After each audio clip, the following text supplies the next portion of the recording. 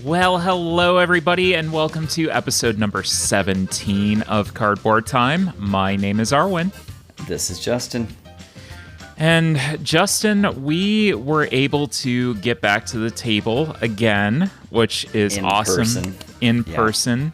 We are slowly kind of phasing out this virtual thing. I think virtual gaming is going to be here to stay, though, because we can cram in just a little bit more that way. Exactly. Yeah, there's not the logistics that we have to deal with. Logistics like driving a car. Driving a car 20 minutes. What a hassle. What a pain. Ugh.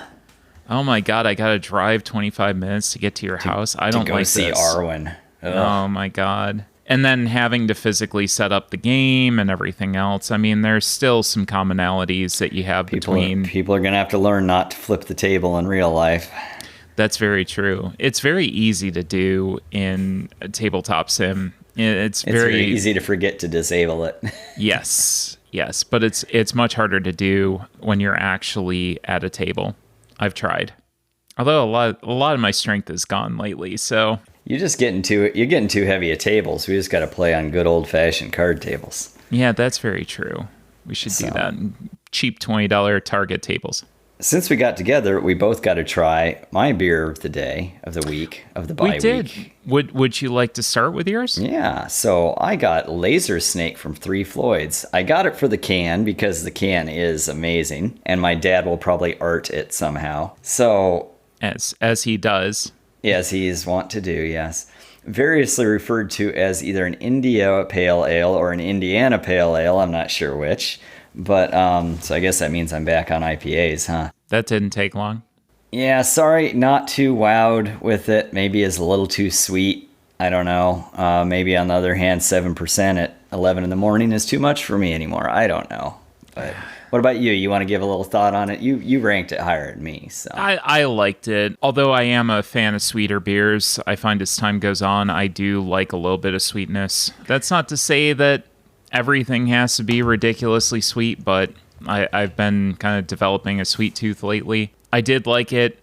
Again, Three Floyds, just about anything that they have is going to have amazing artwork on the can, which is something that usually goes and influences my purchasing decisions more often than not. Yes. But the taste of the beer itself was good. I enjoyed it. I mean, it wasn't the best, but it wasn't the worst either. It was all right, but I wasn't wowed. For Three Floyds, I was really hoping for something top tier. Yeah, that's true. Space Station Middle Finger's where it's at. That is a good beer. So, speaking of sweet beers, I see what you got written here. Doesn't even sound like a beer. Let's hear it. Well, we actually went up to go visit our friends up in Sandusky, and we like this place called the Small City Tap House. It's a Vietnamese restaurant and tap house, as indicated by the name. And they have about 50 different beers on tap or so, and they're starting to get into their own stuff. But I had the Moby Thick with 3 C's by Hidden Springs Ale Works in Tampa, Florida. That was a 13% beer. So you talked about your 7. My. This was 13%. Did you have this in one of those giant crowlers, by the way? I did not, no. Oh, okay. Thank goodness, because I should have been there to help you otherwise. No, this was legitimately going up there and having a sample poured for me. I had a flight, and that was part of it. It was very thick. I mean, it was very, very, very thick to pour, so you could definitely taste it. It was very almondy, coconutty, and chocolatey, so it was, and I've seen it described this way too on Untapped, very much reminiscent of a liquid Almond Joy bar. I enjoyed it, and I see your comment. I would probably not. I see your comment on the show notes. Yeah. That doesn't sound like a beer to me. I don't care what it was. It was delicious. I think I gave it a 4.25 or a 4.5, which I really enjoyed it. I would definitely go back and get another one. Based on your description, anyone should be able to know if they would love it or hate it. Exactly. I mainly got it for the name itself because I had to. How do you see Moby Thick with 3 C's on the menu? Yeah. And not get the meme beer? I feel like Yeah. that's a prerogative of just about every single brewery out there is to make meme beers, because that's what we would That's do. what we would be doing. Yeah, exactly.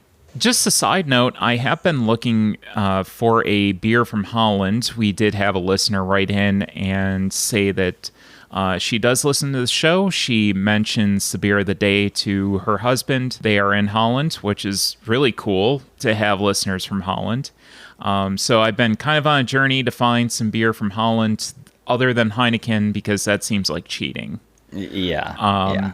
And Amstel we have over here as well, which I enjoy, but that also kind of seems like cheating. I don't know.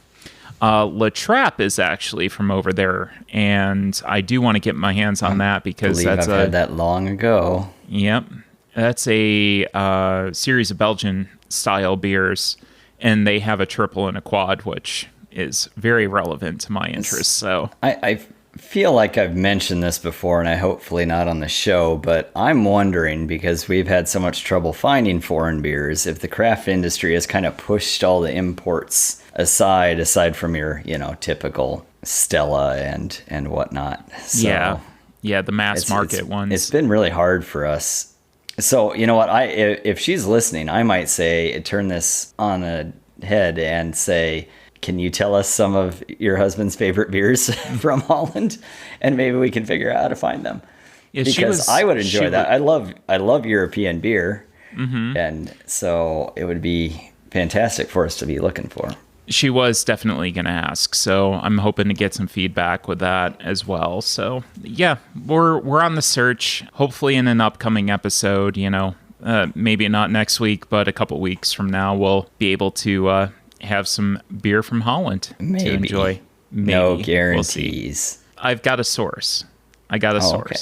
All right. So we'll see. Well, now's the time in the show that we check the shelf of shame, and boy, has there been some activity on there in the past 2 weeks. The count is down to 169, down 8 games. Down 8? Wow, 8.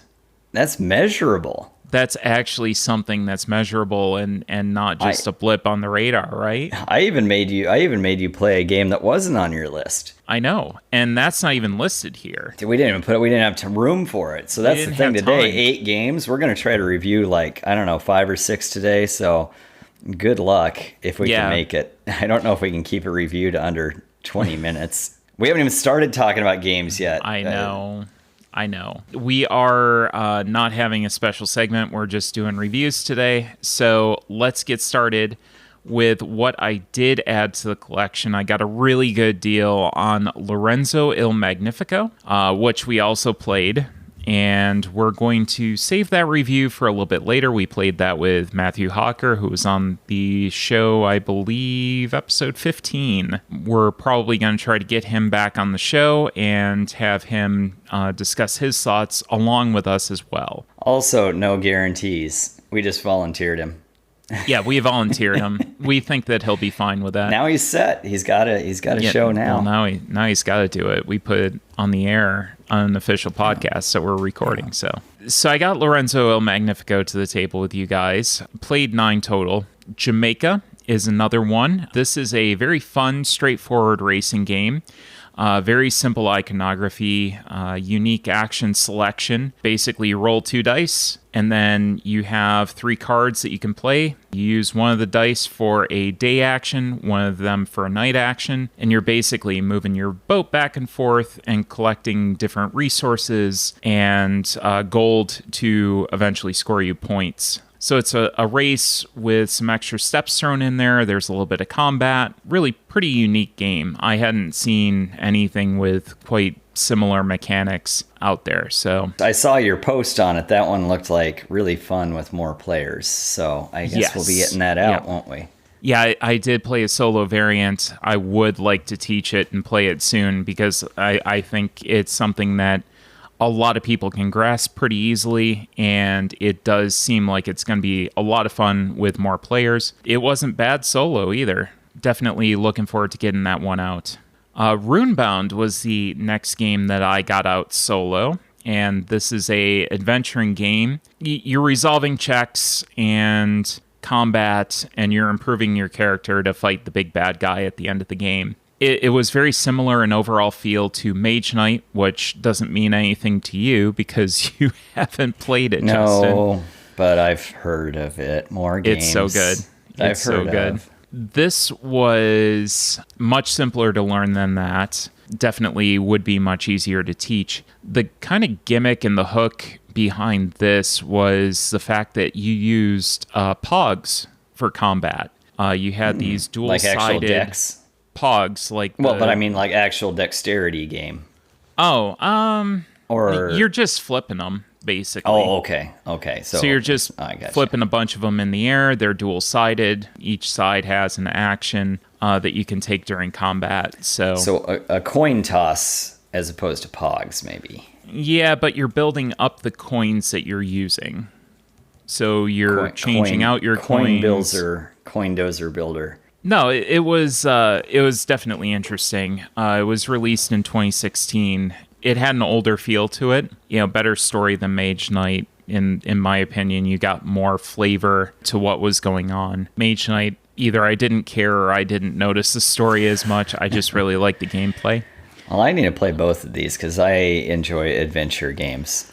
I think Runebound would be right up your alley for sure. Nice. Mage Knight, we'd have to take a day at least to sit down and get you caught up on that. Probably won't be able to find this one in stores because it is out of print by Fantasy Flight, but it is something that if you can get your hands on it or at least find a friend who has a copy of it, definitely check that one out. The next two games I got out with Phil, who we haven't heard from since episode 2 on the show, but he's been super busy, and with everything else going on, we finally got some time to get to the table. And I was able to get War Chest and In the Hall of the Mountain King out with him. I'm going to save those because I believe that he will be on the show at some point in the near future. So I'm going to play them then. Yes, you have to play both of them. That's all I'm going to say. And then the last 4 we're going to try to get to on our rapid fire review segment. That is Timeline American History, the Jumping Frog game. And is that really the name of it?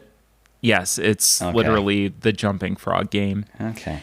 Mafia Casino and Tang Garden. So all of those we're looking to talk about on the back half of the show. Fingers crossed that we can do this quick. We're already 20 minutes in and we haven't reviewed a game yet. We are, so let's get into that right now. Do it.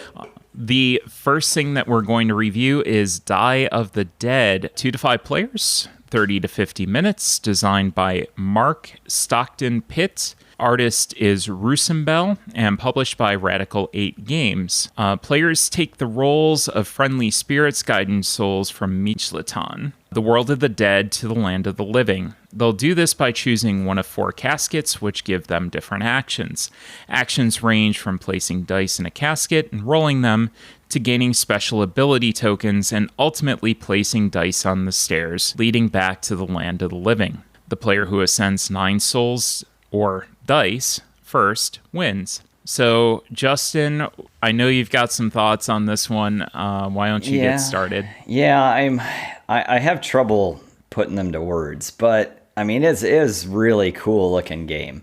I saw you pulling out all these components. I'm like, oh yeah, this is going to be like, you got dice with skulls on them and these caskets and a stairway to heaven. And it's all the artwork's on. It's amazing. And I don't know, maybe it just didn't live up to my own personal hype watching you pull it out, but I was kind of underwhelmed. It was a clever idea and mechanics. Like, I can't think of anything to compare it to. These little caskets that you moved the dice through until you could ascend them. It was pretty interesting. I would say that as far as a mechanism goes, I don't know of anything that really has the same thing that's going on here. So I definitely give them credit for that. Oh, yeah. I just don't think it seems like there's more potential there and it didn't pan out, at least to my expectations again. It had a lot of secretive, There's a lot of hidden information. That's the words I'm looking for. Your dice were hidden in the caskets. So you had to keep track of whose were where, and things are constantly moving.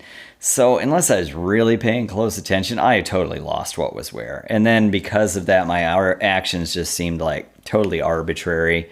Like I'm like, I'm just going to do this because I don't know. I think something's there, and I'd be wrong half the time. Maybe that's my fault. I don't know. Also, you were limited to just 4 choices of actions, which didn't give me like, I don't know. Again, I don't know what to say about it. It's just something bothered me with it. I didn't have do I want more actions? I don't know. Maybe that'd make it more complicated. But each of the actions you would choose had just this cascade and series of actions that you then had to like remember and keep track of. Well, I think one of the things that you're trying to say, and I felt this too, was you had limited actions, but they almost felt pre-planned for you. Like you knew which ones you were going to do. It wasn't like, oh, I could do this, I could load this up, or I could go and I could do this. And either one could be really good for me. It was almost like predeterministic. I'm going to do this in this round. Yeah. And am I kind of on the right track with that? I think I'm going to say yes. I wonder why I'm here, because I can't review beer or games. I just spout things off and then you put words to it. But, whatever. I guess some people are listening. So, no, I think that sums it up very well. Yeah, I just kind of like, I just pick one of the 4 and I say, okay, and then a bunch of things happen. So I didn't feel like it was in my control.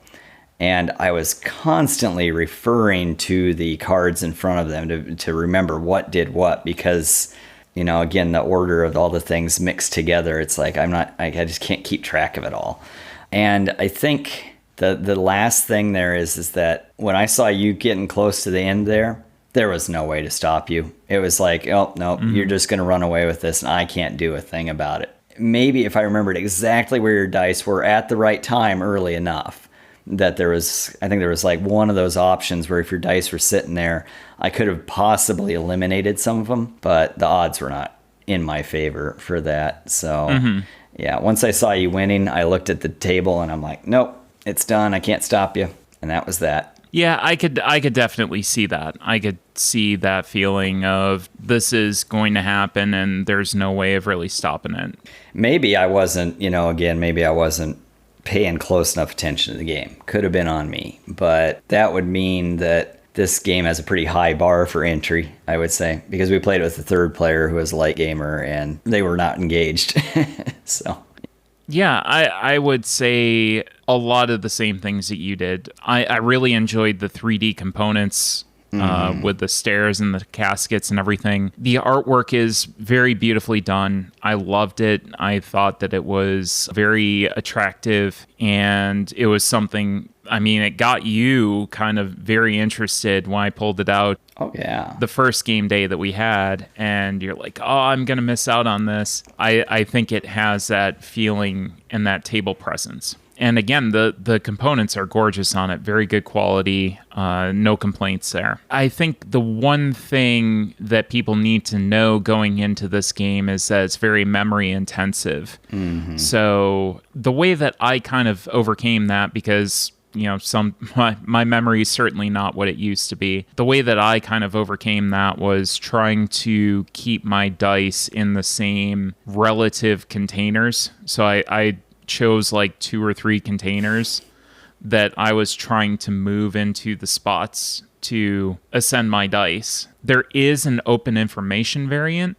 I think I want to try that before getting rid of this game, because I do think that might help, where it's more strategic, where you know where everybody's stuff is, takes that memory aspect out of it. And that might totally change the strategy then too, because then I'd feel like, again, now I can make an informed decision. Yeah, and I will echo your concerns about constantly having to refer to the placards that were in front of the coffins and trying to know what each of the different actions was. I definitely had to refer to them pretty much the entire game, which normally in most games you do it a couple of times and you're good. And I knew what the fourth one was and the first one, but the two in between, I was like... Yeah, it's just because there was such a series of actions. It was you do this, There then you was. do that, then maybe you do this, and then, you had some wild Yeah. card tokens you could throw out there too and such. If this, then that. Yeah. To also give them kudos, they did hire at least one cultural consultant on this game. So they really wanted to evoke the feel of Day of the Dead and do the culture justice as well. I think they did all that very well. I mean, again, it looks beautiful and it fit the theme. I thought It at definitely least, did. Yep. I have seen some bantering back and forth online about it. I think you're always going to have that, but they did at least try to, involve cultural consultants. And again, it's not my culture, but I think that they at least made an attempt to get things right. So final judgment is wait and see. I really do want to try to get that, even though it's a variant, I do want to get that open information variant out to the table because I do think that will change the game up. Again, it's not going to be as physically attractive on the table, but I do think that would improve the gameplay. Just how much? We don't know. That's why we have to play it, but we do plan on getting that out to the table at some point. So that was Die of the Dead. Well, stay tuned because in this next segment, we are going to have more reviews for you. Stay tuned. And we're back with our review rapid fire. Well, these are games that Justin and I got to the table this past weekend and wanted to talk about all of them. Going to try to do this very quickly. So we're going to start out. We got 30 minutes to go. Can we do it? How many we got? 3, 4 games? Yeah, we got a few. We got a few. Okay. We'll be able to do it. All right, so we're going to start off with Timeline American History. From 2014, 2 to 8 players, 15 minutes, designed by Frederick Henry. Artist Xavier Collette and Nicholas Fructus by Asmodee. So in Timeline, players have a hand of 5 cards. Play them one at a time to try to put them in the correct date order in a growing timeline. If you're correct, card stays in the timeline. If not, you have to draw a new card. And the first player to empty their hand wins. It's a perfectly serviceable game from my standpoint. I have a few others in the series that I've enjoyed well enough. They're fine. I think where this would really shine is with its counterparts with parents to try to teach the timeline of the subject materials. So for this, it was American history. There's an Americana version. There's a inventions version. So I think that they're very, very good teaching games. As far as like a strategy game, there's not a whole lot there to it other than there is a bit. The one thing that I do try to do is to play very close events that you kind of know the timeline of so that your opponents have a harder time placing theirs. And get the hard ones out of the way. Yep, you get the hard ones out.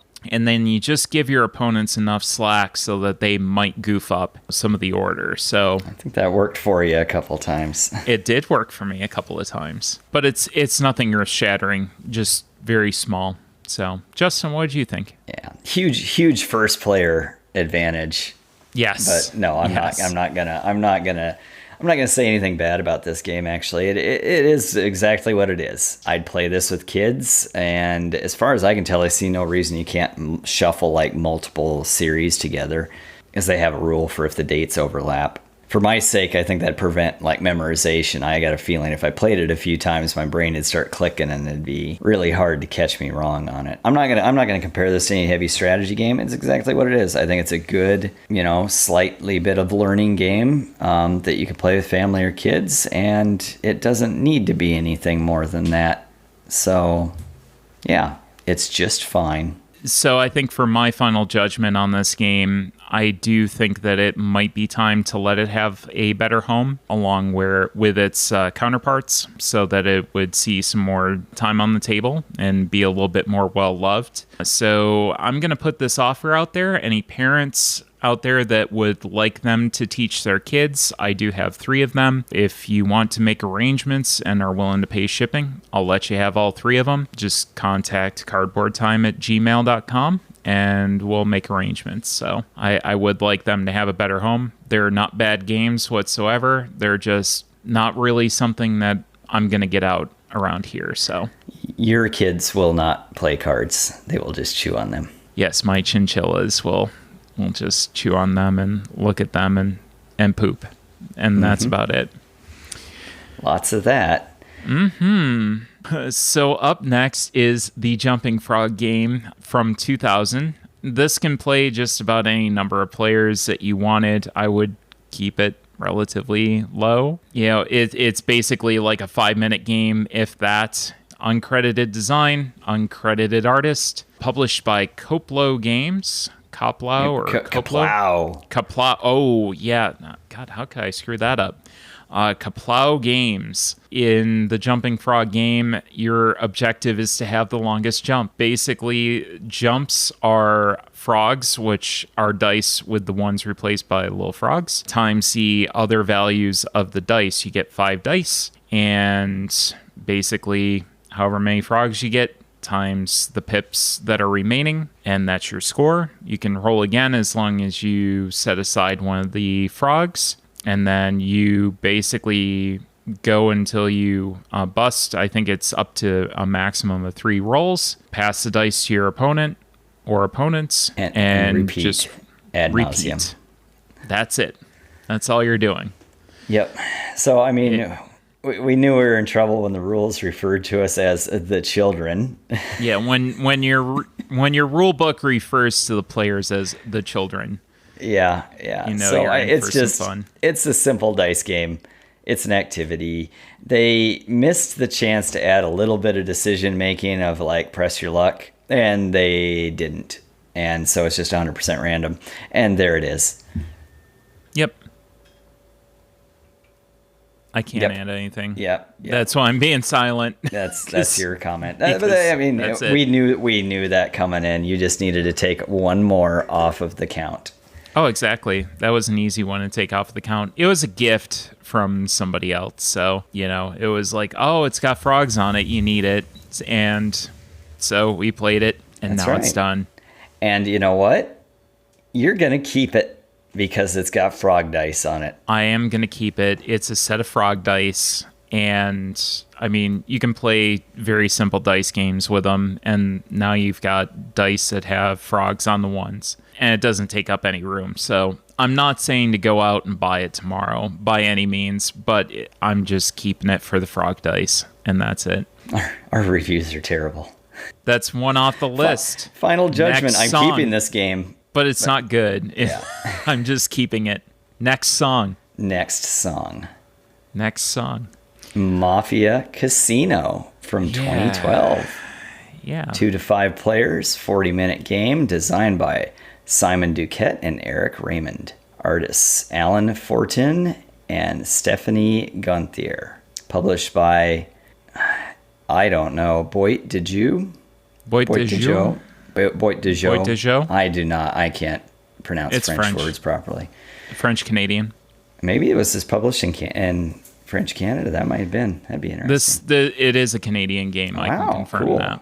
Okay. Players build hotels, casinos, and restaurants in order to attract clients to their growing resorts while buying and selling pearls and diamonds, performing less than savory business tactics to hinder their opponents, and gambling. First player to $30 million wins. So I think that this being a casino game is kind of, had a soft spot for you. Tell me what you thought. I used to be very heavily into casino gaming back in the day, so this was kind of a natural pickup for me. Not so much anymore. I've kind of retired from that lifestyle, but I can tell you that this is a Canadian game because it was originally printed in French on the back, and there's stickers covering up the French words in English, and there's a big "Made in Canada" on the back. So exactly where in Canada, I'm figuring it's somewhere in Quebec, but I could be wrong. Who knows? So I actually bought this on a work trip to Napanee, Ontario, when I saw it on a clearance rack, and that was back in 2015. A small game store up in Kingston, Ontario. Beautiful, beautiful place, by the way. If anybody's looking for a fun little trip, Kingston, Ontario is certainly a fantastic place to Nice go. town and nice game store. I wish we could remember the name of the game store. It's been a few years. It's been 6 years Yeah. since I bought this there. But I saw it and I'm like, yeah, why not? That was during the days of my very heavy acquisition and like zero play stuff. So I'm like, yeah, why not pick that up? It's a nice souvenir. I like the individual base idea of the game. So the individual base idea of the game is you're building up these casinos, hotels, and restaurants, kind of like your resort. You're building up these different rooms and attractions within the casino and the restaurant and the hotel and everything. And then you play these client cards, which help you score those. So basically building them doesn't necessarily do anything for you, but then playing the client cards on them will get you money. The sabotage cards that they have, I could kind of see to add some take that elements in there, get the friendly rivalry going. Also fine. I think where things kind of go off the rails is adding in two elements. One is something that we didn't even touch, which was buying and selling. Oh, actually, we did. One of us. I don't know if we ever sold. executed on it, though. Yeah. I think you bought pearls and diamonds. Yeah, but I never got to sell them. But you never got to sell them. Totally lost out on that. And then there's casino gaming as well. There's 3 different game types. There's like a slot machine mini game, there's a roulette mini game, and then there's a poker mini game. You can do like one thing a turn. You're either building one of your 3 aspects of your resort, or you're sabotaging something, or you're playing casino games, or you're going in and buying and selling these trading gemstones. Gemstones. I feel like if it had been constrained down to like that core mechanism and maybe developed on that a little bit, I think that would have been a much better game. When you add in all that stuff, it just seems like too much randomness. You got all these cards that are doing different things. You could have a very heavy quantity of, casino gaming, something else, or you could have a huge spread and not really be able to optimally do anything that you really want. So it just seemed way too random to me. The artwork is also very Yeah. It's that typical like 2012 generic artwork. I could take or leave it. I will say very nice casino chips, which was a nice touch for a casino game. I think, like you said, you almost have to have that in a casino game. Yeah. I mean, that was nice. Real chips. Nice weight to them. Can't complain about that. So, Justin, I'm going to give it over to you. I think it's going to be about the same take. To me, it just had all that feel of like a pre-2000 like garage sale pickup. I don't know, maybe that's rude. But despite that, though, it really wasn't that bad. I mean, there's nothing wowing me at the start. That artwork didn't draw you in. It was basic. But it had some things happening. So, I don't know, maybe I come in with low expectations. Was looking for things there, but I thought that just having those different kind of winning paths was, kind of a decent idea. But like you say, is a little too much, especially since all those extra options were random. I think they kind of detract from the main engine building aspect. All the gambling and stuff, I think they gave you options to do if you couldn't do if you really couldn't build effectively, I guess. But also maybe you couldn't build effectively just because you had all these other cards in your hand too, right? Due to that, though, the hand management was kind of different, and I thought that was kind of neat. You had to balance, like, do I save these cards for another turn? Do I play them? And then you had cards you had to spend in addition. You had to spend so many cards to play certain cards, and you kind of had to weigh that out. So that was there's a lot of promise there. The sabotage, take that cards, they seem too costly to be worthwhile. So I don't even think we actually executed on those at all. So there's something going on here, but it's just something's missing, right? I mean, I don't hate it. I wouldn't get it out to play again, but there's potential, and it could have become something with some work. And I will echo that statement of the cards have multiple purposes. So I did now that I think about it, I really did kind of enjoy that, where they're a currency poker card and there's something that you can play to kind of build that engine. So I would say for my final judgment, it was way too random for me. It felt to me, with our game design experience, it felt to me like a prototype that needed some more playtesting. One thing that really sticks with me is a comment, I can't remember who made it, but it really stuck with me, and it was find the fun. Where's the fun in this game? And I think the fun really is in that building your resort. They could have had a couple of things go on with that, but they really needed to trim some of the extra out. I think if we had more time, it would be an interesting game to take a look at and see what we would do as an exercise to maybe improve it. I'd like to see somebody take the mechanics and idea and build something bigger out of it. So, are we out of time? No, I think we're good for one more. We're gonna cram this last one in here. Okay. Yeah, so that was Mafia Casino, and finally we're going to talk about Tang Garden, produced in 2020, and it is a big one. 1 to 4 players, 40 to 60 minutes, designed by Francesco Testini and Pierluca Zizi. The artist is Matthew Mizak, and published by Thundergriff Games. In Tang Garden, players are collectively building a garden in the first golden age of China. On their turns, they will either lay a garden tile or place a decoration. As they do this, they will increase their personal nature balance, which leads to attracting new characters into the garden. These characters provide the potential for either changing a player's special ability or providing a specific scoring opportunity by putting the symbols that the character prefers into the garden and in their line of sight. The player with the most points at the end of the game wins. So, Justin, what did you think? Well, I think I think we're both going to reiterate this many times. It's beautiful. I mean, what neat components, what a neat idea. They took an idea and turned it into a game, like this concept of building the garden and placing things in the right places, and I guess using the views of different characters and stuff to see what they are looking at. I mean, that is neat. And all the components are high quality and it looks awesome. That said, I have these really high expectations for this game, and it let me down a little bit. So I don't know, maybe at this point it's just my expectations are the problem, because it seems to be every game on today's episode. Either I thought it looked terrible and it was okay, or it looked awesome and I wasn't. It looked awesome I don't and know. It was like, ah. Yeah. It had a lot of very specific rules. We played this with the third player who's a light gamer, and I think they just got burnt out real quick because there's just too much going on. And even despite that, between you and me, there were so many symbols and so many similar symbols. Boy, it was tough to keep track of what. It has a lot of mechanics going on too. And the ones I really liked are the special powers you got for your characters that you collected. And then you had to decide if you're going to plant one of them in the garden or you're going to keep them for their special power. That was a neat mechanic. And the placement of them was important because you want them to look at the things they like. And that was really cool. Well, and the fact that you had to make the decision when you acquired somebody else. So somebody else you were attracting, now you got to figure out, do I want to save that original initial special power, or do I want to switch over to this one?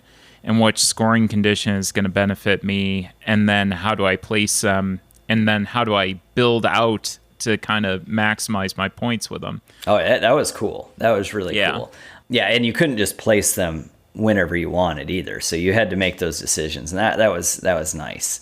Another big part of the mechanic though is it's like a tile placement, very similar to like Carcassonne. Problem is now I love Carcassonne and not everyone does, but when I'm playing Carcassonne and you put down a tile, anytime you're connecting something, you're feeling like this little bit of joy or excitement, right? And with this one, boy, I did not feel that. When I'm placing tiles, I was like, I guess that's the best I can do. And I don't know how to distinguish between those two cases, but I just wasn't feeling it when I did. And then tile placement and scoring was a little bit weird. Like we had to refer to the rules frequently, and we weren't ever 100% sure we were doing it right either. So, that said, yeah, beautiful components. The best looking components of it were the walls of the garden. They weren't really central to the gameplay either, though. They make for nice photographs, though, because you can get in there low with your camera and look across the garden. And yeah, again, it's gorgeous. But maybe there's just too much going on. And I think the symbols could be improved a little. I'd say make them bigger so you can see them easier, but then that covers up the artwork. But maybe find a way to make them a little more different, too. So I think that's kind of my assessment of it. Yeah, and like you said, I don't think anybody is going to ever say that this is an ugly game. This is one of the most gorgeous games I've ever played, hands down. I mean, it's up there with Everdell. You know, it's up there with Tokaido. The artwork on it is absolutely extravagant and astounding, and the artwork on the tiles, the scenery tiles, like you were mentioning, in combination with the physical components and the artwork, the pagodas and the trees and the bridges that you were putting up, it just makes for a gorgeous game. Do yourself a favor, if you haven't seen pictures of Tang Garden, I do have one up on my Instagram, which I'll shout out at the end of the show, but just go on Google or go on Board Game Geek and look up pictures of this game, because it's a visual masterpiece. It really is. That said, I do think that there was a point where the visuals started to interfere with the symbology. Yeah. And design decisions were made in favor of the visuals, you know, that really kind of interfered with the clean symbology of being able to very quickly assess the game state and make educated, good judgment decisions on what you were playing. It made for some very difficult to match tiles. Like, I wasn't quite sure on a lot of them. Is this a forest area? Is this a rock area? Is this a pathway area? We had some debate about that, yeah. I can excuse that from happening on like one or two tiles usually. But when it happens like all the time and it's very frequent, it starts to make it very difficult and unenjoyable. The elements themselves aren't heavy once you figure out exactly what was going on. The rules videos themselves too were like, 15, 20 minutes long. There's a lot of concepts, but none of them are very heavy concepts. It's just, hey, tile placement, place these decorations. These decorations have to go on these spaces, and there's a couple other concepts that weren't super heavy. There were just a lot of them. A lot. Yeah, a lot to keep track of. And Justin, you mentioned the symbology on there as well. There were a lot of symbols that were also kind of overlapping. Mm-hmm. So very similar. One was like one building, and then another one was two buildings. And then one was another one different building. Yeah, there were like three building symbols, and they were all very close. You had to look back and forth frequently. I know that slowed you down a lot. It did. So just because of the luck of draw in your characters, not for any other reason. Yeah. Right. So you're trying to optimize those placements, and I felt that I had a hard time doing that. You get extra, basically, the nature points that I was talking about, and achieving that increased balance. The more you move up that track, the more benefits that you're going to have, the more of these characters that you're going to unlock, and more point opportunities. And basically, closing things off becomes very important. You have a lot of these tiles that it's like, well, is this a singular and closed off area, like on its own? If I put this way, does this close this off? Like, I don't know. And it was legitimately debatable whether that was the case or not. And again, it came up frequently. It wasn't just a one-off item. I think if you were going to play it a lot and everybody started to figure out the design intent of the artist, I think you'd be fine. But for our introductory game, that was a struggle. And we didn't go so far as to find very specific examples on YouTube or something, But I mean, so that's not an insurmountable problem, but it made a high learning curve.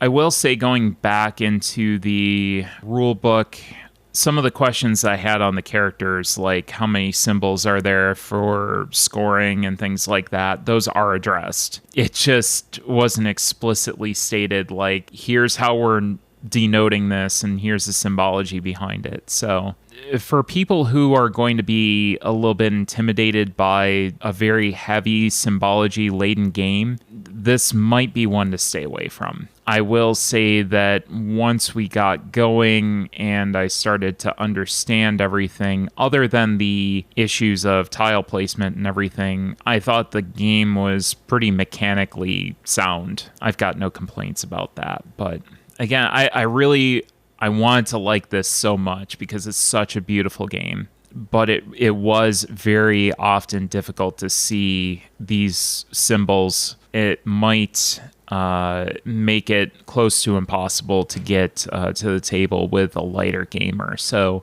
I haven't made up my mind on this yet. I do think... Yeah, after we played, my original intent was, I don't think I'm going to be able to keep this. And the more that I thought about it, the more that I do want to keep it. I do want to make an effort to play it with Allie and teach her and see if she can pick it up.